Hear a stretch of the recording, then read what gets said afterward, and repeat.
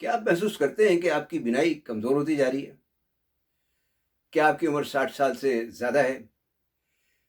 کیا آپ کو اپنے پیاروں کے چہرے دھندلے نظر آنے لگے ہیں؟ یا رات کو گاڑی چلانے میں مشکل پیش آتی ہے؟ یا آپ کی آنکھوں میں مسلسل خشکی اور جلن رہتی ہے؟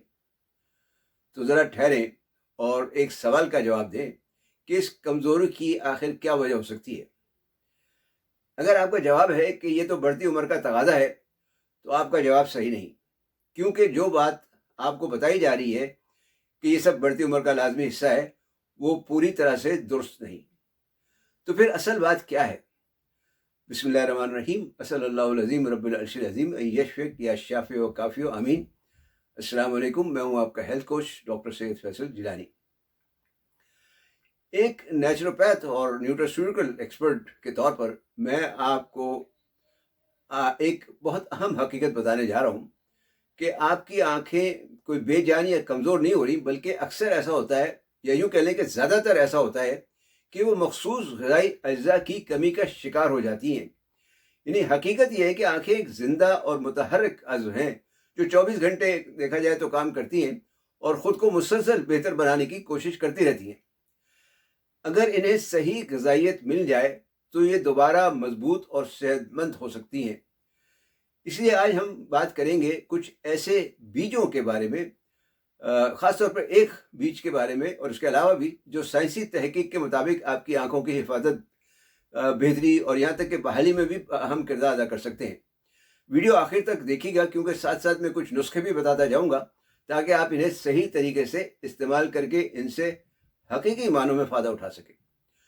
تو چلیے سب سے پہلے بات کرتے ہیں ایک نہایت اہم پروٹوکول کی، جسے ہم سورج مکھی کے بیجوں کا امتزاج کہہ سکتے ہیں۔ اگر آپ پوچھیں کہ کون سی ایک چیز منتخب کرنا چاہیے جو آنکھ کے لیزر کی حفاظت اور مرمت میں مدد دے، تو وہ سورج مکھی کے بیج ہیں، لیکن صرف اس صورت میں جب انہیں صحیح طریقے سے استعمال کیا جائے۔ جیسے جیسے عمر بڑھتی ہے، آنکھ کے لینز میں ایک اہم اینٹی آکسیڈنٹ جسے گلوٹاتھیون کہا جاتا ہے وہ کم ہونے لگتا ہے، جس کی وجہ سے پروٹین آپس میں جڑنے لگتے ہیں اور موتیا بند شروع ہو جاتا ہے، یعنی کیٹریکٹ شروع ہو جاتا ہے۔ سورج مکھی کے بیج قدرتی طور پر وائٹامن ای سے بھرپور ہوتے ہیں، جو ایک طاقتور اینٹی آکسیڈنٹ ہے اور اس عمل کو روکنے میں مدد دیتا ہے۔ لیکن یہاں ایک خاص بات کا خیال رکھنا ضروری ہے۔ وائٹامن ای ایک ایسی چیز ہے جو چکنائی کے ساتھ جذب ہوتی ہے۔ اگر آپ سورج مکھی کے بیج اکیلے کھائیں گے تو اس کا بڑا حصہ جو ہے وہ جسم سے بغیر جذب ہوئے نکل جائے گا۔ اس لیے درست طریقہ یہ ہے کہ ہر صبح تقریباً 1 اونس کچے بغیر نمک والے سورج مکھی کے بیج لیں اور انہیں 1/4 پکے ہوئے ایووکاڈو اور آدھے تازہ لیموں کے رس کے ساتھ کھائیں۔ ایووکاڈو کی صحت مند چکنائیاں جو ہیں وہ وائٹامن ای کے جذب کو بڑھاتی ہیں، جبکہ لیموں میں جو وائٹامن سی موجود ہوتا ہے وہ وائٹامن ای کو دوبارہ فعال کر دیتا ہے، جس سے زیادہ دیر تک کام کرتا ہے۔ اب چونکہ آپ ایووکاڈو شاید میسر نہ ہو، تو آپ اسے 1 چمچ خالص روغن زیتون یعنی کولڈ پریس اولیو آئل اور آدھے لیموں کے رس کے ساتھ بھی لے سکتے ہیں۔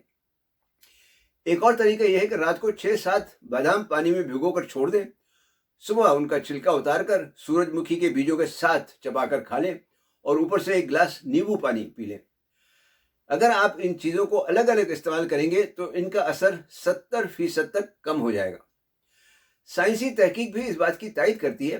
ایک تحقیق میں 55 سال سے زیادہ عمر کے افراد نے 18 ماہ تک وائٹامن ای پر مبنی پروٹوکول استعمال کیا، جس کے نتیجے میں آنکھ کے لینس کی صفائی میں 34% بہتری دیکھی گئی، یا آکسیڈیو نقصان میں 41% کمی، اور موتیا بند کے بڑھنے کے خطرے میں 25% کمی دیکھی گئی۔ اب بات کرتے ہیں آنکھ کے ایک اور اہم حصے یعنی ریٹینا کی۔ اس کے لیے سب سے طاقتور قدرتی جز جو ہے وہ زعفران ہے، جسے ایک بیج سے آپ جانتے ہیں حاصل کرتے ہیں۔ زعفران میں 3 اہم اجزاء ہوتے ہیں، کروسن اور کروسٹین، جسے خاص طور پر کیروٹینائڈز اور سفرانول، جو آنکھ کے ان خلیات کی حفاظت کرتے ہیں جو روشنی کو تصویر میں بدلتی ہیں یا تبدیل کرتی ہیں۔ اس کے درست استعمال کے لیے روزانہ 20 ملی گرام معیاری زعفران لینا ضروری ہے، مطلب 20 ملی گرام زعفران کا اسٹینڈرڈائز سپلیمنٹ، جس میں 2% سفرانول اور 2 سے 10% کروسن ہونا چاہیے۔ سپلیمنٹ خریدتے ہوئے ان باتوں کا خیال رکھیں، یعنی برٹش جرنل آف تھالمولوجی میں شائع تحقیق کے مطابق